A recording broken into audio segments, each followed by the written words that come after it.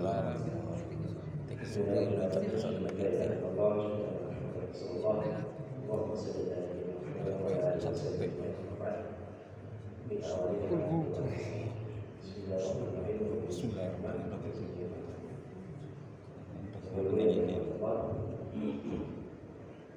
Insyaallah kita mulai malam ini coba pertama. Kita coba live setiap aktivitas kita di masjid. Karena kemarin sudah kami buatkan media sosialnya.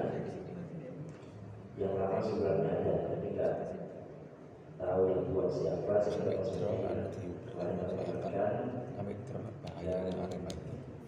sudah kita coba mengaktifkan, sudah mulai ini kita coba aktifkan Facebook dan tahu kita nanti linknya sudah coba share di grup kami sehingga semuanya dapat.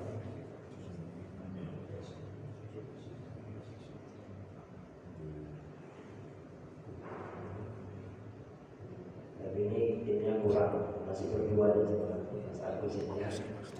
Jadi kita berdua ada satu yang bisa kita dapatkan. Dan kita berharap semuanya nanti bisa terlibat sehingga semua aktivitas kita di masjid ini terekam. Dan rekamnya insyaallah jadi satu dengan Masjid Muhammadiyah Kota Malang.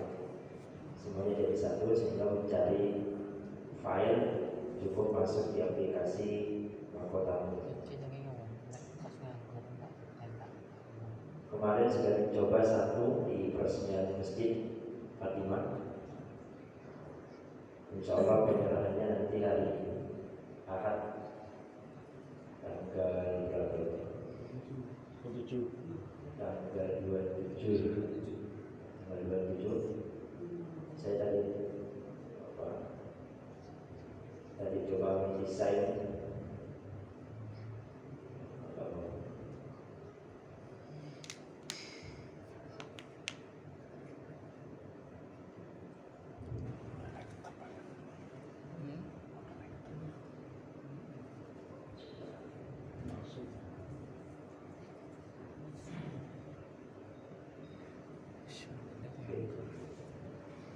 nanti ada ini namanya ada yang ada Pak Muhajir, ada Profesor Ibrahim sama yang muafiknya yang mewakilkan. Mudah-mudahan nanti bisa ikut live semua. Kalau bisa datang ya jangan terlalu banyak kerumunan karena sedang PPKM. Sudah on? Oh sudah. Gak apa-apa linknya disertifikat. Biar jamaah kita yang lain bisa lihat. Dan ini kita aktifkan di Instagram. Karena Instagram sudah banyak pengikutnya.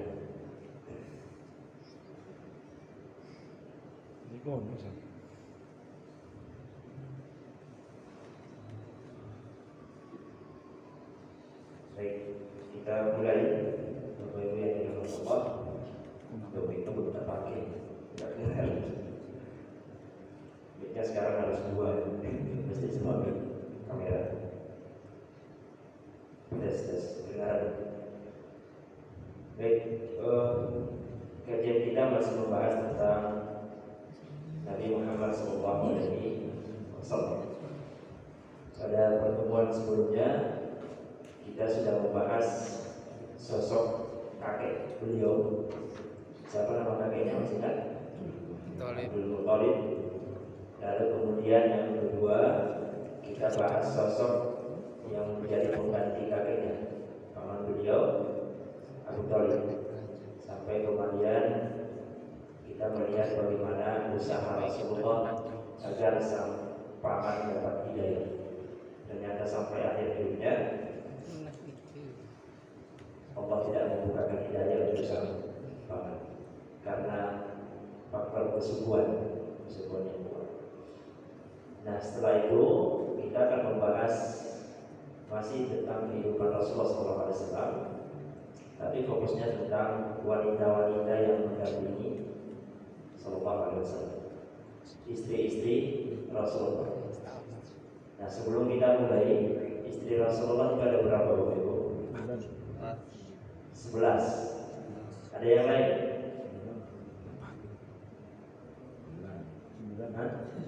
9. Pokoknya banyak, kalau terus pokoknya banyak. 9, 11, ada yang mengatakan 14, bahkan ada yang lebih. Mengapa penting membahas istri-istri Rasulullah? Insyaallah tidak bahas semua, karena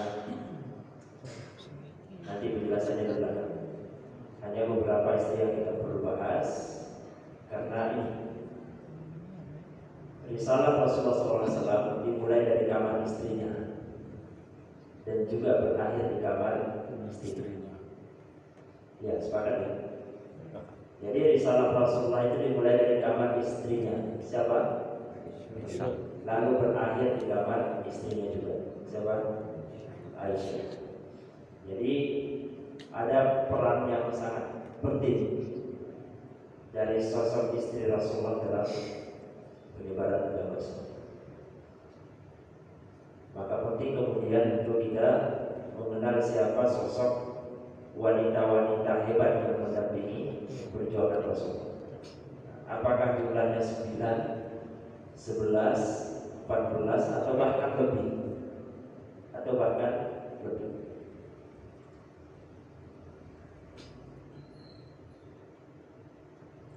Semua istri Rasulullah itu disebut dengan ummahatul mukminin. Apakah semuanya? Ya, kita sepakat semuanya. Tapi nanti kita akan lihat ada istri-istri Nabi yang diceraikan. Ada istri Nabi yang diceraikan.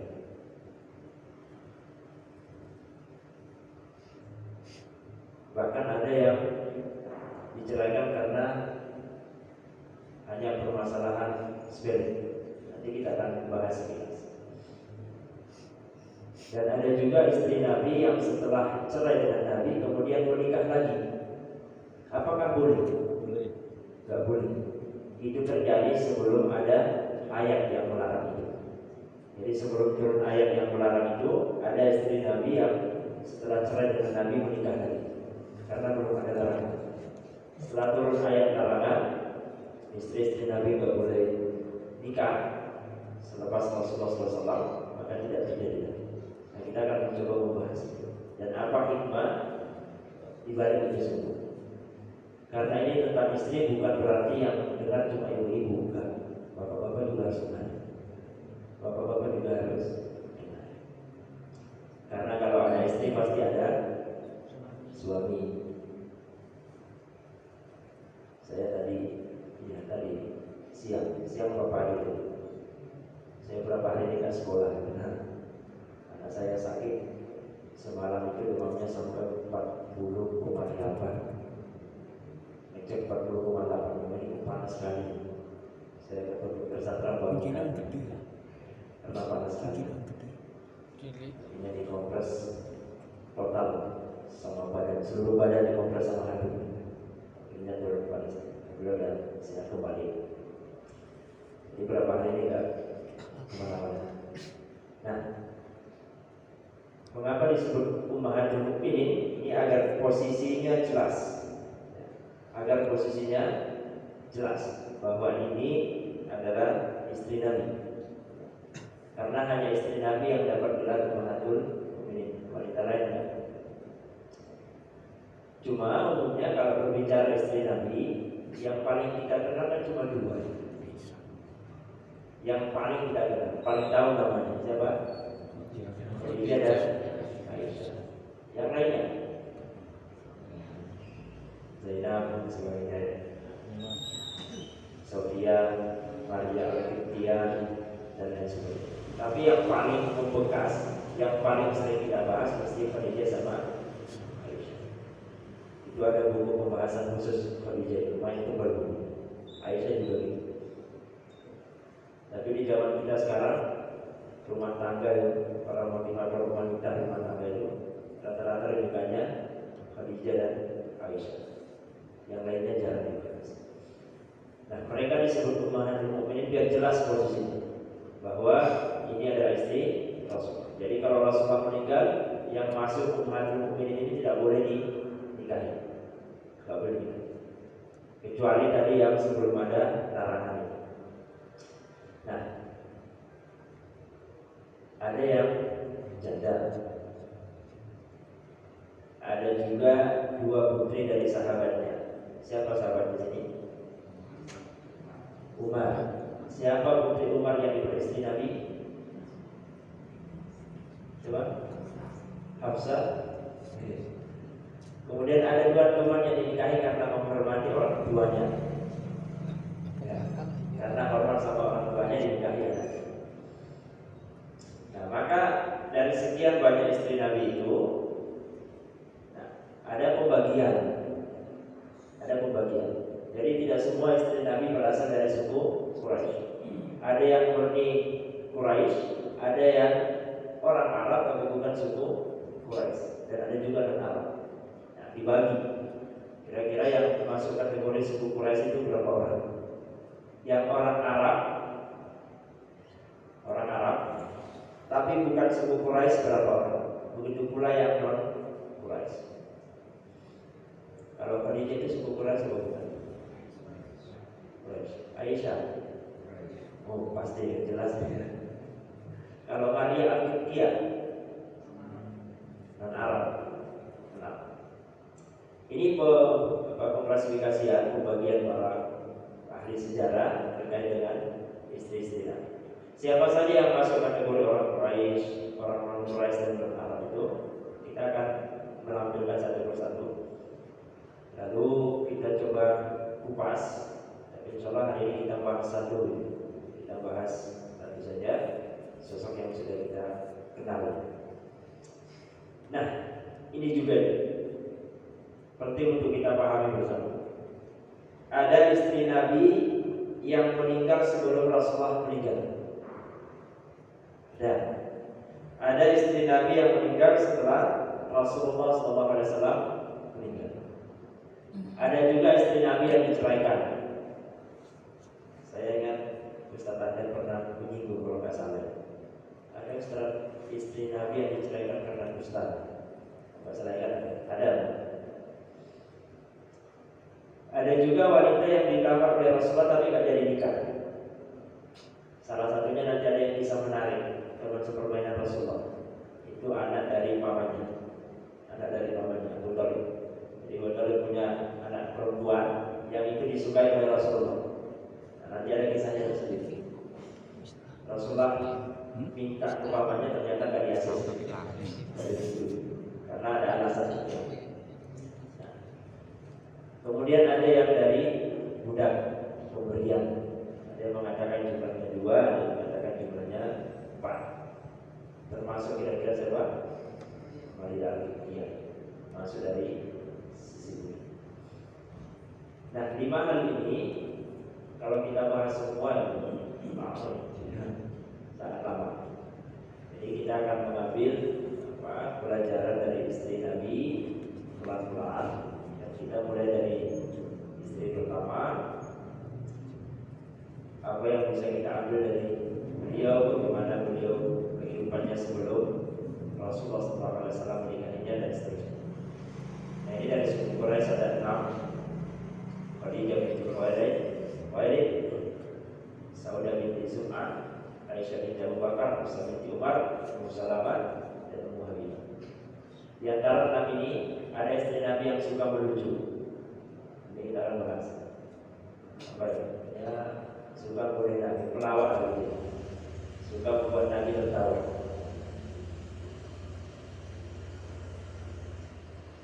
Aisyah sama Hafsah tak kenal. Lalu ada non Arab. Dari non Arab ada 4. Zainab binti Jahsy, Juwairiyah binti Khalid, Zainab binti Sulaiman dan Maimmunah binti Hafiz. Lalu yang non Arab, ada yang mengatakan 4, ada yang mengatakan 2. Namanya Sofia binti Huyai, Maria binti Tia dan Raihanah binti Zaid An-Nazariyah. minal arab. Ini istri Nabi dari pengelompokan 3 tadi. Jadi ada dari suku Quraisy, non Quraisy, dan non Arab. Arab Quraisy, Arab non Quraisy, dan non Arab. Nah, terkait dengan siapa istri-istri Nabi yang diceraikan, nanti bisa dilihat di kitab ini Al-Hawi Al-Kabir sama Syarah Sunan Nasa'i, Al-Bahrul Muhit. Al-Bahrul Muhit. Ada 11 istri Nabi yang diceraikan. Yang banyak. Ya. Yang saya beri tanda merah ini Al-Hawi Al-Kabir tidak menyebutkan yang 8 sampai 11. Cuma menyebutkan 1 sampai 7. Jadi intinya apa? Bahwa istri yang diceraikan Nabi itu banyak. Tidak akan membahas semua di sini. Kita tidak akan bahas itu. Ya. Kita hanya akan bahas sekilas nanti tentang mengapa perceraian itu terjadi dan sebabnya. Sosoknya seperti apa tidak akan kita bahas. Nanti kalau ada pertanyaan kita coba menjelaskan pelan-pelan. Nah, ini di dalam kitab, silakan yang mau nyari bukunya silakan. Syarah Sunan Nasa'i. Kita nggak punya kitabnya di sini. Atau Al-Hawi Al-Kabir. Ada Al-Hawi As-Saghir. Jadi kitab Al-Hawi Al-Kabir. Nah, kita akan fokus di sini. Khadijah binti Khuwailid At-Tahirah. Ada yang tahu artinya apa At-Tahirah? Apa artinya At-Tahirah?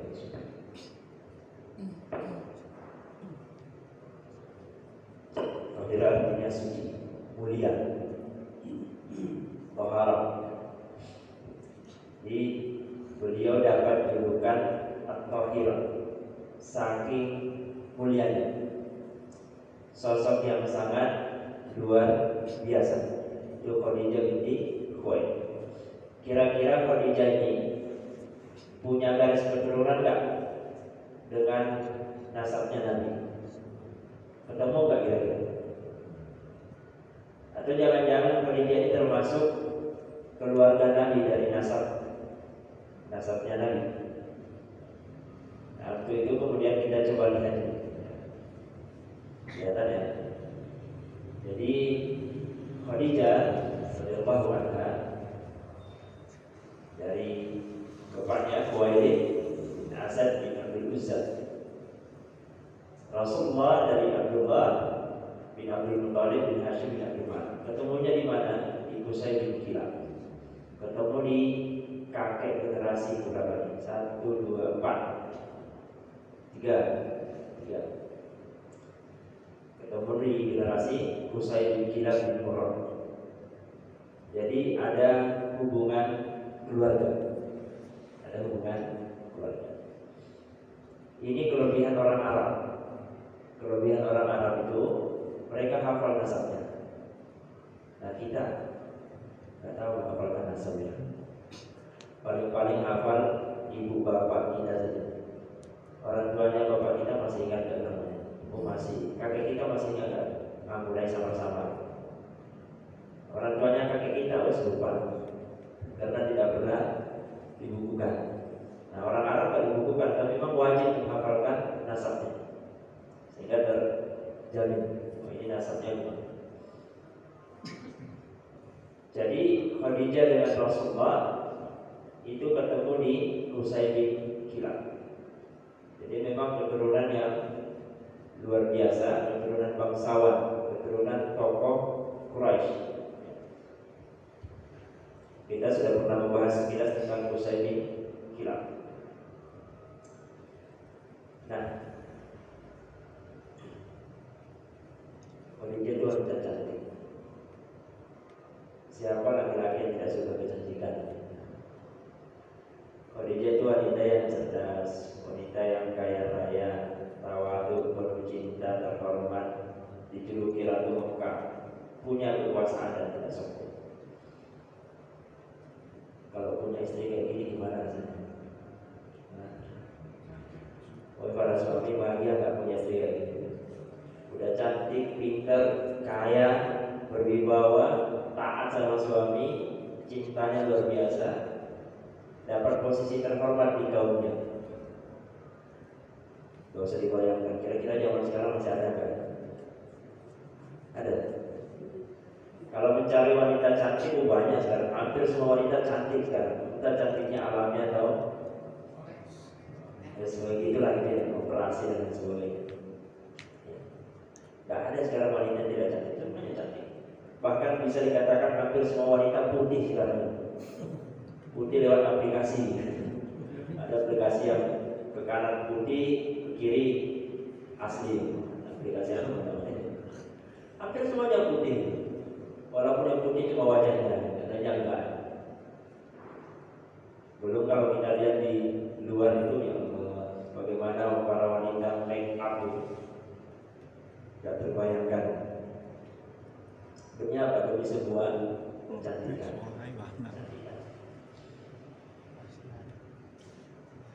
Soalnya kita juga berharap anak kita anak yang cantik. Karena Rasulullah mengingatkan kalau nyari wanita itu salah satu kriterianya adalah cantik. Cantik kriterianya. Dan itu fitrah laki-laki, fitrahnya laki-laki. Nyari yang cantik. Apa kriteria dari Nabi? Satu cantik, dua Kaya. Kaya. Dari kaya. Nasabnya, keturunannya harus jelas. Minta kaya juga ya, bapak-bapaknya. Cari istri yang kaya, punya harta dan tentu agama yang kokoh. Ada pertanyaan, kenapa agama yang kokoh? Kenapa bukan yang pertama agamanya? Kenapa Rasulullah tidak mengingatkan carilah wanita yang agamanya bagus, cantik, hartawan dan nasabnya bagus. Kenapa agama diakhirkan? Karena dengan agama itulah yang tiga-tiga di atas itu semuanya terwujud. Kalau cuma cantiknya saja, repot. Agamanya hilang. Atau hartanya saja, susah. Ada uang abang disayang. Ada uang abang disayang. Repot. Maka carilah yang berhubungan dengan agama. Kita berharap anak-anak kita generasi yang dianugerahkan keimanan yang kuat dari Allah Subhanahu wa taala. Kita juga berdoa semoga jodoh-jodoh mereka jodoh-jodoh yang diberi iman kepada Allah Subhanahu wa taala. Nah, yang kedua, Khadijah itu wanita yang cerdas. Cerdas, udah cantik, cerdas. Kaya lagi. Biar para lelaki zaman now. Ini kalau dapat istri kayak gini, gelarnya langsung sultan. Sultan baru. Coba. Sultan yang baru. Insyaallah benar. Dan yang paling penting tidak sombong. Nah, ini yang berat. Udah cantik, cerdas, kaya raya, tidak sombong. Ini yang susah zaman kita ini. Banyak yang wanita cantik, cerdas, tapi sombongnya luar biasa.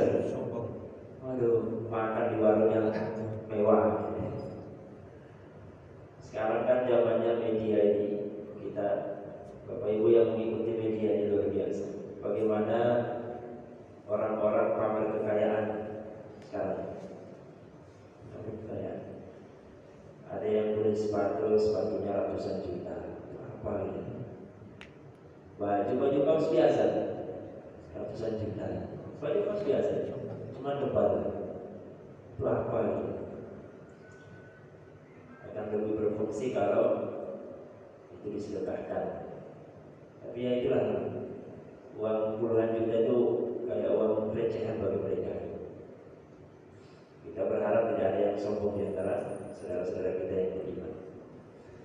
Nah, ini Khadijah, cantik, cerdas, tidak sombong, ratunya Mekah. Karena dia Ratu Mekah atau Hira, tentu banyak yang mincar sama pada di sini. Kalau ada di barang ini wanita seperti ini, pasti banyak laki-laki yang naksir. Ya, sepakat tak bapak-bapak? Entah yang sudah punya istri atau yang belum. Punya wanita yang cantik, cerdas, kaya raya, tidak sombong. Wah, ini diincar barang lagi. Sama, apalagi punya julukan At-Tahir, wanita suci, ratunya Mekah. Kalangan lain ratunya universitas. Diincar para lelaki, diincar.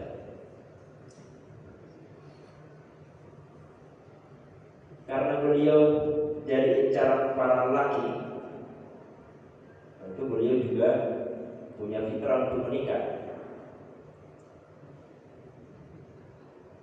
Ini beliau lahir tahun 555, ibunya meninggal 575, berarti berapa tahun ini? 20 tahun. 20 tahun ibunya meninggal, 10 tahun setelahnya ayahnya meninggal. Berarti usia 30 tahun itu orang tuanya sudah enggak ada.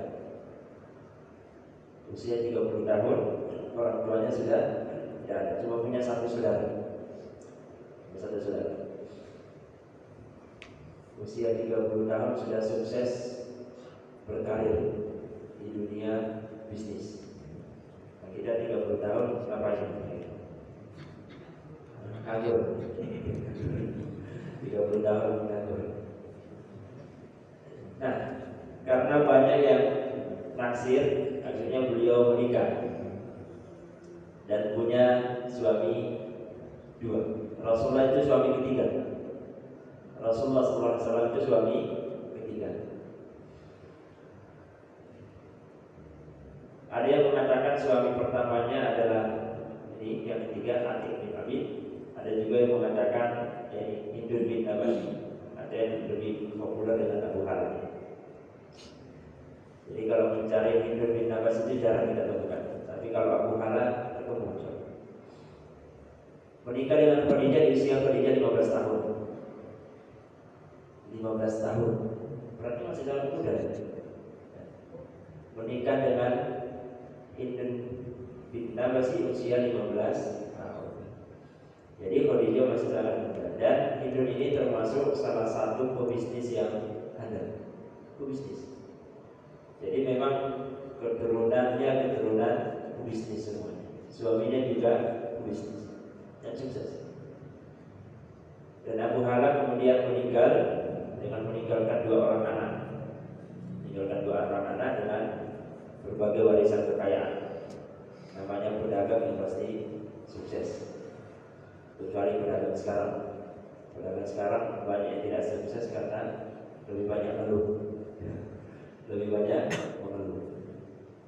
Kalau kita sering menyampaikan bahwa manusia zaman now itu lebih sibuk dengan urusan dunia yang itu sudah ditakdirkan, sudah ditentukan oleh Allah untuk masing-masingnya. Masing-masing kita ini punya takdir rezeki. Masing-masing kita punya takdir hidup yang berbeda, punya takdir jodoh yang berbeda. Tapi kita sibuk dengan itu, sibuk dengan urusan dunia. Dan jarang ada, tapi jarang yang menyibukkan dengan urusan akhirat yang belum pasti. Belum pasti kita ke surga. Kira-kira di sini masuk surga semua apa neraka? Maunya kemana? Surga. Surga. Jangan sampai ada bermimpi masuk neraka. Tetap ditanya, oh saya mau masuk neraka dulu saja. Repot. Jadi semuanya harus punya mimpi, punya cita-cita masuk surga. Dan jangan sendiri. Jangan pernah mimpi masuk surga sendiri. Ajak keluarganya, ajak keturunannya, dan ajak saudara-saudaranya. Jamaahnya semuanya didoakan. Semoga semuanya masuk surga bergandengan. Kan itu mimpi kita. Nah, setelah istri suami pertama meninggal, lalu kemudian nikah lagi dengan istri suami yang kedua, Atik bin Abi. Nah, saya beri tanda di situ meninggal atau bercerai karena ada dua pendapat. Ada yang mengatakan Atik ini meninggal, ada yang mengatakan bercerai karena tidak dapat keturunan. Tidak dapat keturunan. Ada dua versi kalau kita baca di sirah itu. Nah, selepas dua suami itu, Khadijah sudah berikhtiar, sudah sibuk dengan aktivitas dagangnya, terus tidak akan bersuami lagi. Sudah terakhir pernikahan saya, terakhir di sini, terakhir suami yang kedua, tidak akan menikah lagi. Sudah komitmen karena sudah sibuk dengan bisnisnya dan mengurus anak-anaknya. Sampai kemudian ada sosok istimewa yang muncul di Mekah. Ya sudah ada, cuma belum sampai ke telinga Khadijah dengan jelas. Siapa dia?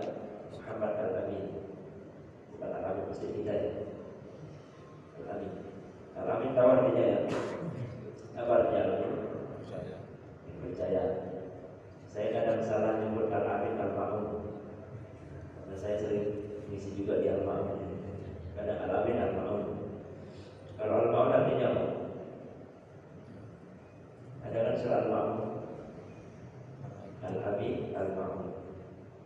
Nah, dicari bareng-bareng nanti berarti PR. Hafal suratnya tapi nggak tahu apa itu Al-Ma'un. Baik, setelah kamu sosok Muhammad yang bergelar Al-Amin, kalau Khadijah tadi gelarnya apa? At-Tahirah, wanita yang mulia, wanita yang suci. Kamu sosok anak muda yang bergelar kepercayaan Arab. Orang mempercayakan segala urusannya kepada Muhammad SAW. Akhirnya terjadi perkenalan. Perkenalannya lewat mana? Lewat bisnis. Jadi Rasulullah SAW berkenalan dengan Khadijah lewat dagang. Sama-sama berdagang. Sama-sama berdagang. Kita sudah membahas sebelumnya bahwa Rasulullah SAW di usia berapa tahun ketika dia mamanya? 10. Ya, 12 tahun ya. Usia 12 tahun sudah belajar bisnis. Dari situ kemudian ilmu bisnisnya semakin kuat, semakin mendalam, sehingga ilmu bisnis juga benar-benar dikuasai oleh Rasulullah SAW. Dan Khadijah bertemu di dunia perdagangan. Insyaallah kapan-kapan kita bahas buku judulnya Marketing Rasulullah. Bagaimana Rasulullah berbisnis, luar biasa begitu. Bahkan secara detail bagaimana Rasulullah berbisnis. Itu kalau dilakukan oleh para pebisnis Muslim, nggak ada yang bangkrut, nggak ada yang rugi, nggak ada yang rugi. Makanya kemudian kita penting belajar dari Rasulullah SAW. Karena semuanya ada di situ. Nah, mulailah kemudian Khadijah ini berinteraksi dengan Muhammad muda Sallallahu Alaihi Wasallam. Tentu belum jadi seorang nabi, masih pedagang biasa, tapi sudah dengan gelar sebagai orang terpercaya. Nah, Khadijah mulai kepo. Kepo itu apa? Kepo itu bahasa anak gaul sekarang. Pengen tahu. Terus pokoknya pengen tahu siapa sih si Muhammad Al-Amin itu, sosoknya seperti apa. Terus pokoknya dia ingin tahu siapa sosok Muhammad, kok sampai bisa dapat gelar orang terpercaya di kota Mekah.